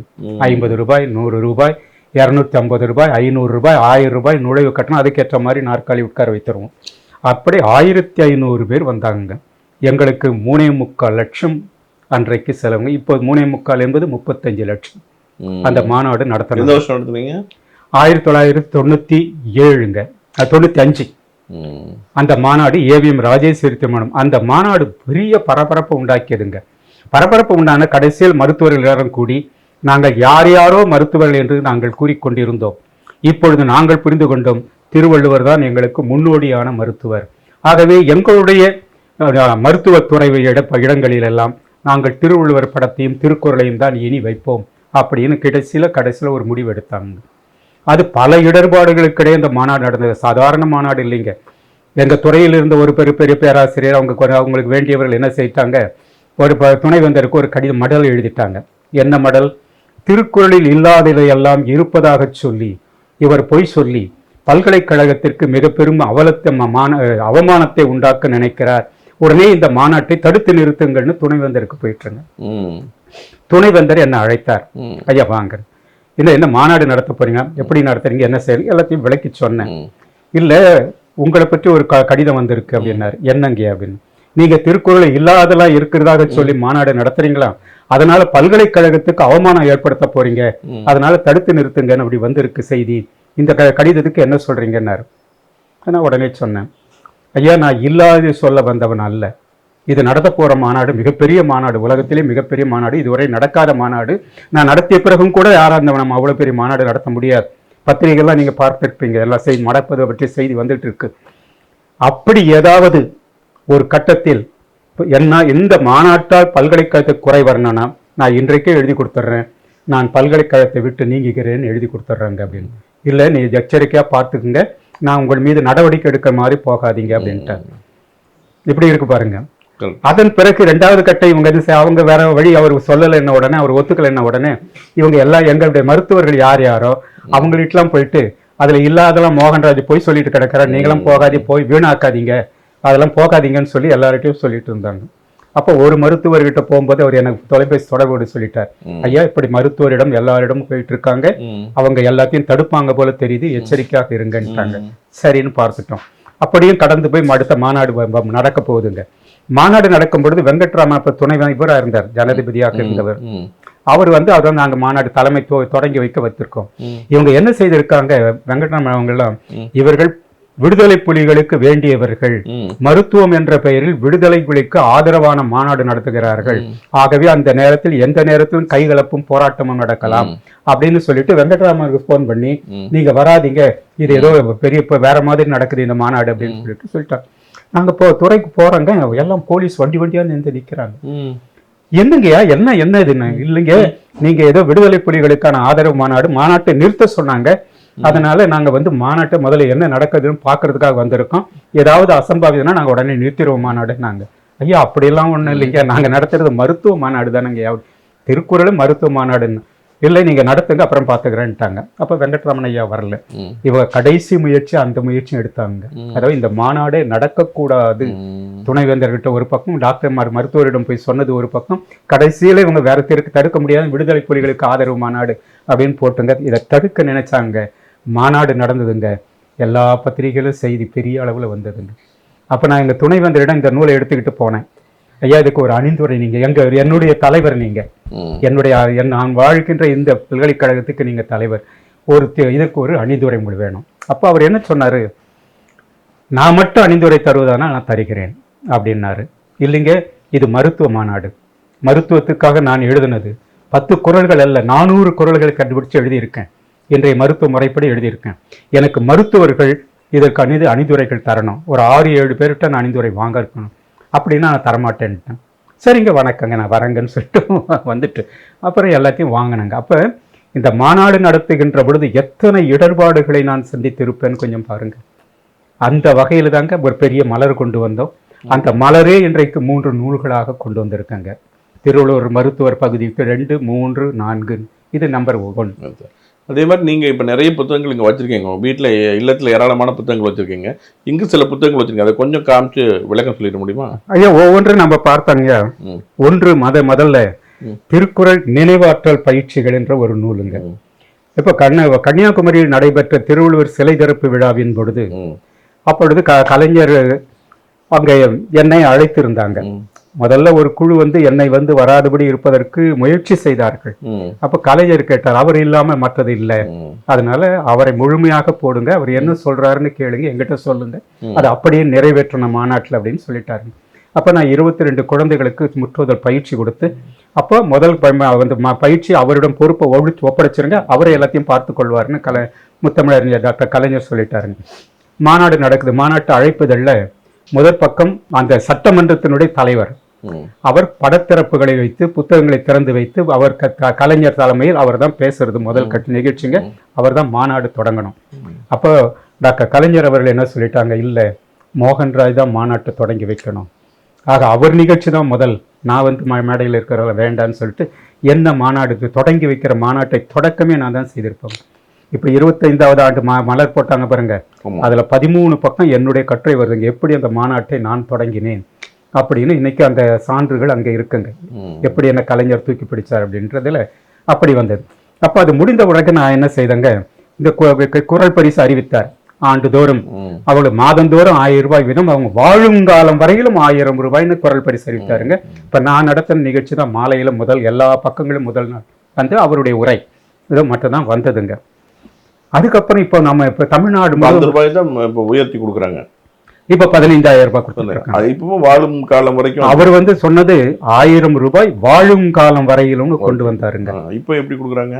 இப்போ 1330 ஒப்பித்தால் 15,000 மொத்தமா கொடுத்துறாங்க. அது பிறகு இப்ப இவர் வந்த பிறகு 25,000 மாற்றப் போவதாக எனக்கு கேள்வி வந்திருக்குங்க. அப்ப நாங்க என்ன செய்துட்டோங்க, இது சரி, அப்ப மாணவர்களுக்கெல்லாம் பயிற்சி கொடுத்து நிறைய பேர் இந்த விருது பெறணும், இந்த தொகை பெறட்டுமே மாதந்தோறும்னு சொல்லிட்டு நான் என் வீடு புகு நிலை ஒரு வீடு வாங்கிட்டு சொன்னேன் இல்லைங்களா, அந்த வீடு வாங்கிட்டு நான் போகின்ற முதல் வீடு புகு விழாவே தமிழ்நாடு முழுதும் ஒரு அறிவிப்பு கொடுத்தாங்க. 1300 பெரும்பாலும் அறிந்த குழந்தைகள் எங்களோடு தொடர்பு கொள்ளுங்கள், மே மாதம் முழுதும் அவங்களுக்கு பயிற்சி கொடுக்குறோம், அந்த பயிற்சியின் மூலமாக நீங்கள் தமிழ்நாடு அரசினுடைய விருது பெறலாம், 1000 ரூபாய் மாதம் 1000 ரூபாய் வீதம் வாழ்நாள் முழுதும் பெறலாம்னு அறிக்கை கொடுத்த உடனே ஒரு 500 குழந்தைகள் வந்தாங்க. அதில் தமிழ்நாடு முழுதும் இருந்து ஒரு 46 குழந்தைகள் தேர்ந்தெடுத்துங்க. 1000 அவங்களுக்கு முதல்ல பயிற்சி கொடுத்தோம். முதற் பயிற்சி 46 கோணங்களில் பயிற்சி கொடுத்தாங்க. அதை நான் என் வீட்டிலேயே, அப்பொழுது பேராசிரியர் அன்பழகனார் கல்வி அமைச்சராக இருந்ததெல்லாம், அன்பழகனார் சகுன பாண்டியன் போன்றவங்களாம் அப்போ ஒரு பெரிய மாநாடு மாதிரி நடந்ததுங்க. அந்த விருது வழங்கு விழா, குழந்தைகளுக்கு விருது வழங்கு விழா, பெரிய மாநாடு, ஊரெல்லாம் பெரிய விளக்குகள் போட்டு செய்தாங்க. அடுத்ததாக என்ன செய்தோம், இன்னும் பெரிதாக இந்த நிலைவாற்றல் பயிற்சி செய்யணும்னு சொல்றதுக்காக கேசி சங்கநிலை பள்ளியில் நான் படித்ததால அந்த தலைமை ஆசிரியர் அன்னைக்கு, ஐயா குளிர்கால விடுமுறையில் இதற்கு எனக்கு கொஞ்சம் வாய்ப்பு கொடுங்கன்னா அவங்க உடனே இடம் கொடுத்தாங்க. அப்போ மறுபடியும் அறிவிப்பு கொடுத்தோம். பஞ்சாப்ல இருந்தெல்லாம் கூட குழந்தைகள் வந்து பயிற்சி பெற்றாங்க. அப்போ 100 கோணங்களில் திருக்குறள் பயிற்சி கொடுத்தாங்க. 1 2 அல்லைங்க, 100 கோணங்களில். இதை நான் வெளியே சொன்னா என்ன சிரிப்பாங்க, 100 கோணங்கள்ல இவர் போய் சொல்லிட்டு கிடக்கிறாரு. அப்ப நான் என்ன நினைத்தேன், அந்த 100 கோணங்களில் என்னென்ன பயிற்சியோ அதை ஒரு புத்தகமாக நாம் போட்டு விட வேண்டும். அந்த வகையில் உண்டானது தாங்க திருக்குறள் நினைவாற்றல் பயிற்சி. ஒவ்வொரு புத்தகத்துக்குமே ஒரு வரலாறு உண்டு. இது வந்து 103 கோணங்கள்ல திருக்குறளை எப்படியெல்லாம் ஒப்பிக்கிறதுன்றத இது விளக்குறது. அப்ப இது ஒரு வரலாறுங்கய்யா. இன்னொன்றுங்கய்யா, சிந்தனைகளை கோட்பாடாக்குதல்னு ஒரு பெரிய ஆராய்ச்சி. இது அவ்வளவு எளிதானது அல்ல. சிந்தனைகளை கோட்பாடாக்குறதுனாக்கா அதை வந்து பாடுபொருள், பெறப்படுபொருள், அப்புறம் நுட்ப பொருள்னு பல, ஒரு குறளுக்கு இவ்வளவு பொருள்களை காணணும். கண்ட பிறகுதான் அந்த ஆராய்ச்சியில இறங்கணும். ஒரு 100 பேராசிரியர்களுக்கு, ஏன்னா அதை பேராசிரியர் தப்பா சொல்றது இல்லை, முனைவர் பட்டம் பெற்ற பேராசிரியரிடம், ஏன்னா இந்த பயிற்சி அவர்களிடம் இல்லைன்றதற்காகத்தான் அவங்களிடம் கொடுத்தீங்கன்னா கடைசியில என்ன வரணும், ஒருவர் தான் தேர்வாருங்க. 99 பேருக்கு அந்த முறைமை தெரியாது. ஏன்னா எல்லாருமே பாடுபொருளை வைத்து ஆய்வு செய்வாங்க. அதுல இருந்து பெறப்படு பொருளை வைத்தும் அதன் பிறகு ஊடு பொருள்னு ஒண்ணு வரும். ரொம்ப நுட்பமா கண்டுபிடிக்கணும் ஆழ்ந்த நிலையில. அந்த நிலை கண்டுபிடிக்கிறது ரொம்ப கடினங்க. அப்படித்தான் நாங்க என்ன செய்தோம், ஒரு பெரிய மாநாடு நடத்துறதுக்கு சோகா இக்கேதா கல்லூரியிலிருந்து எங்களிடம் கேட்டாங்க. நாங்க உலகத்திற்கு மையம் சோகா இக்கேதா நடத்தலாம், கோட்பாடுகளை அறக்கோட்பாடுகள் அப்படின்னு கொடுத்தோம். அப்ப அறக்கோட்பாடுகள் கொடுத்த பிறகுங்க எல்லாருக்கும் அறிவித்தாங்க. செய்தித்தாள்லாம் செய்தி வந்தது. அப்போ வந்து 44 பேர் கட்டுரை எழுதினாங்க. பேராசிரியர்கள், முனைவர் பட்டம் பெற்றவர்கள் மட்டும்தான் அப்படின்னு சொல்லி நாங்களும் பயிற்சி கொடுத்துட்டு இருந்தோம். அப்ப அதுல பார்த்தா 4 பேர் தேர்ச்சி பெற்றாங்க. 44 பேர்ல 4 பேர் தேர்ச்சி பெற்றாங்க. அந்த 4 பேரும் யாருன்னா எங்ககிட்ட பயிற்சி பெற்றோம். இப்ப ஒருவரால முடியல, அது முடியாது, அது எங்களுக்கு தெரியாது, அவர்களுடைய குறைபாடே இல்லை. நான் என்ன செய்தேங்க, அப்பார் வாங்க, நான் ஒரு நாள் முழுதும் வள்ளுவர் கோட்டத்துல இது காலையில 9 மணிக்கு தொடங்கி மாலை முடிகிற வரையில நான் உங்களுக்கு பயிற்சி கொடுக்குறேன். இந்த பயிற்சி அடிப்படையாக கொண்டு நீங்க கட்டுரை எழுத ஆரம்பிங்க, அதே தலைப்பில் கொண்டு போங்க அப்படின்னு சொன்னவிட ஒரு நாள் முழுவதும் உட்கார்ந்து அவங்களுக்கு பயிற்சி கொடுத்தாங்க எப்படி எழுதணும் என்ன செய்யணும்ன்றது. அப்போ வந்து 64 பேர் தேர்ச்சி 65 பேர் கட்டுரை கொடுத்தாங்க. அதில் 25 பேர் தேர்வு பெற்று தேசிய மாநாடாக அவங்க நடத்தினாங்க. அது ஒரு பெரிய மலராகவும் கொண்டு வந்தாங்க. அப்போ கோட்பாடு ஆக்குதல் என்பது அவ்வளவு கடினமான பயிற்சி, மருத்துவர், இந்த மாதிரி பல்வேறு நூல்கள் நீங்க வந்து இதுல ஒவ்வொன்றுமே இது கோட்பாடு ஆக்குதல். நான் அப்புறம் பயிற்சி கொடுத்து நிறைய பயிற்சிகள் கொடுத்தோம். அப்படி பயிற்சிகள் கொடுத்து உருவானதில் தாங்க என்னுடைய கோட்பாடுகளை மட்டுமே தேர்ந்தெடுத்து திருவள்ளுவர் வரையறுத்த கோட்பாடுகள். இது வந்து மிகப்பெரிய உலகத்திலே மிகப்பெரிய ஆழமான ஆய்வினுடைய வெளிப்பாடுங்க. இதில் அவ்வளவு எளிதாக யாரும் பயிற்சி பெற முடியாதுங்க. நான் மட்டும் பயிற்சி கொடுத்துட்டு இருக்காங்க. ஒரு கட்டத்தில் பல்கலைக்கழக தமிழ்துறை, உலகத்தமிழ் ஆராய்ச்சி நிறுவனம், எங்க வள்ளுவர் கோட்ட ஆய்வரங்கம், இது 3 சேர்த்து 3 மாதங்கள் பயிற்சி கொடுத்துங்க. அப்புறம் ஒரு நூல் உருவாக்கி இன்பியல் பயிற்சிகள், திருவள்ளுவரின் இன்ப கோட்பாடுகள் எத்தனை கோணங்கள் அப்படின்னா 2020 கோணங்கள்ல அதை ஆராய முடியும்னு ஒரு அட்டவணை போட்டு கொடுத்தங்க. அப்ப பயிற்சி 250 குறள் தான் இருக்கிறது கொஞ்சம் தான் இருக்கும். ஒரு 400 குறள் இருந்தது. 400 குறள். அதுக்கு 2200க்கு மேற்பட்ட தலைப்புகள்ல ஆராயலாம் அப்படின்னு இந்த ஒரு அட்டவணை போட்டே நான் கொடுத்து காட்டிங்க. அவ்வளவு கடினமான ஒன்று தாங்க இந்த கோட்பாடுகளை வரையறுப்பது. நல்ல மிக சிறப்பா வந்து நமக்கு வந்து இந்த இன்னைக்கு நிகழ்ச்சிக்குள்ள நீங்கள் உங்களுடைய அனுபவங்கள் குறள் சார்ந்து நீங்கள் என்னென்ன பண்ணிட்டு இருக்கீங்க, கடந்த 68 ஆண்டுகளாக எவ்வளவு இடையராது இல்லை இயங்கிட்டு இருக்கீங்க, அதுக்கு தரசு சார்பு உங்களுக்கு கிடைத்த பாராட்டுகள், பல்வேறு சவால்கள், இது எல்லாத்தையும் வாசகர்களுக்கு புரியும்படியாக உங்களுடைய திருக்குறள் பணி மிகச்சிறப்பாக சென்று சேர்ற மாதிரி சொல்லியிருக்கீங்க. அதுக்காக அந்திமலை வாசகர்கள் சார்பாக நன்றி தெரிவித்து. நன்றிங்க. என்னை நீங்க அழைத்ததற்கே நான் முதல்ல உங்களுக்கெல்லாம் நன்றி சொல்லணும். ஏன்னா மறைந்து வாழ்ந்த நினைத்த நான் கொஞ்சம் வெளிப்பாட்டுக்கு வந்திருக்கேன்.